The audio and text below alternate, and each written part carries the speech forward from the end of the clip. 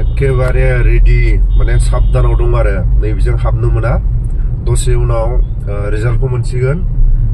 गुवाहाटीयाव थानाय जायफोर एमपि मासियाव जिरायगोन बिथांमोननि काउन्टिंआ जागासिनो दं एकदम साबधानाव आरो गाहायजों थांनो मोना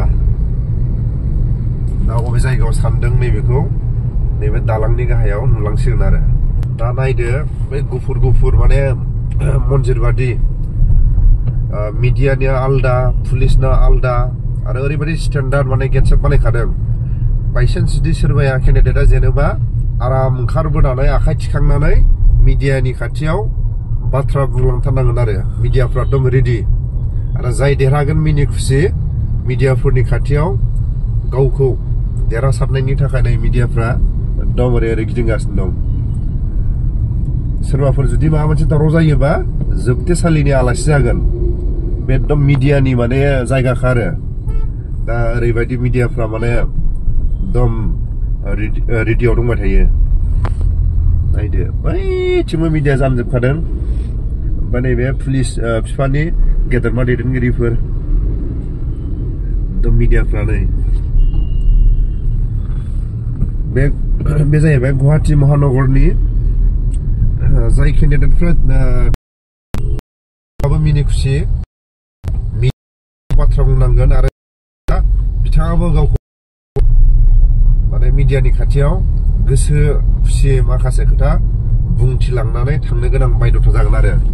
मीडियाफ्रा ओरैबायदि माने सांग्रां दम ओरैबो नै दम सिकिउरिटि टाइट आरो ओरैबो हाबनो मोना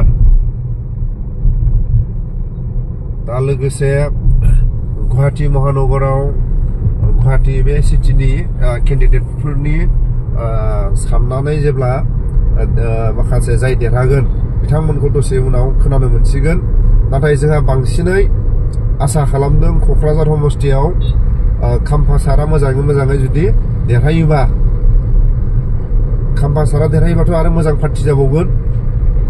आरो खाम्फा सारा जेनोबाबो पार्टी जागोन दा मोननै पार्टीनि जयन्त बसुमतारी आरो खाम्फा सार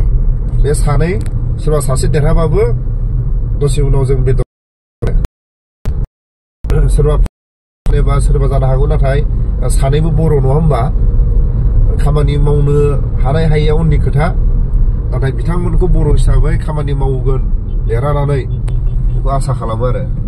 दसे उनाव माने सोरनि पार्टीया देरहागोन सोर केन्डिडेटआ देरहागोन दसे उनाव खोनानो मोनसिगोन आरो लोगोसे बिटिसि बिटिआरनि बांसिनै सोर देरहागोन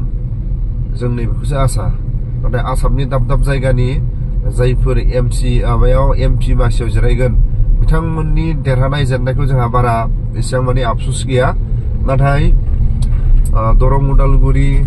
क'क्राझार बिथांमोननि माखासे जेननाय देरहानायखौसो जोंहा माने जिंगासिदों आरो माखासे खामानि मावनो गोनांबा बिपि पार्टीया देरहायोबा मोजां खामानि मावहोनो बायध'था खालायगोन आरो बेखौनो आसा खालामना दं आरो रायजो राजाफ्रा दसे उनाव नुसिगोन निउस लाइ टिभि लाइ सोरनिबा मा होनगोन बेखौ इउटुब जिखुनु जाया फेसबुकनि गेजेरजों सोर देरहागोन सोर जेनगोन नुसिगोन नाथाय जोङो दसे उनाव बेदर जानायनि मुखुब जासिगोन आरो